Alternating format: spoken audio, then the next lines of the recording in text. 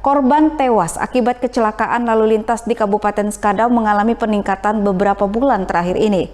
Sejak awal tahun 2025 tercatat lebih dari 20 warga meregang nyawa akibat kecelakaan. Peningkatan korban tewas kecelakaan lalu lintas di Kabupaten Skadau semakin ekstrim sejak beberapa pekan terakhir. Awal pekan lalu bahkan terdapat 2 kasus kecelakaan yang membuat 2 nyawa melayang hanya dalam waktu kurang dari 24 jam.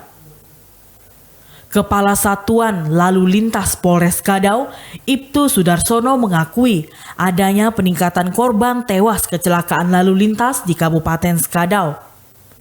Setidaknya ada 22 korban meninggal dunia akibat kecelakaan di Skadau pada semester pertama tahun ini atau sejak Januari hingga bulan Juni.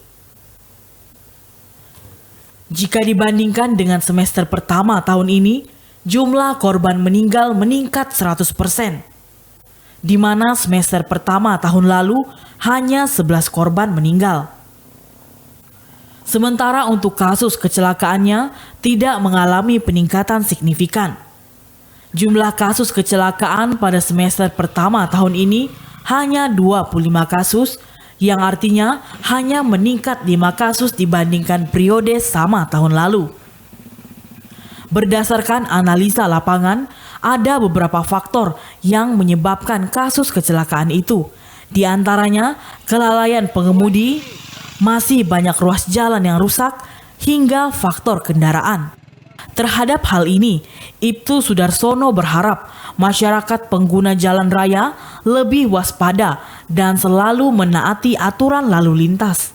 Ia juga mengingatkan warga untuk berhati-hati melintas jalur jalan rawan kecelakaan.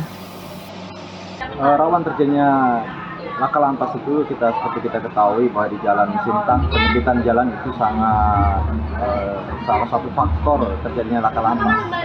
Terus BRM yang tinggi itu juga menjadi salah satu faktor kecelakaan lalu lintas.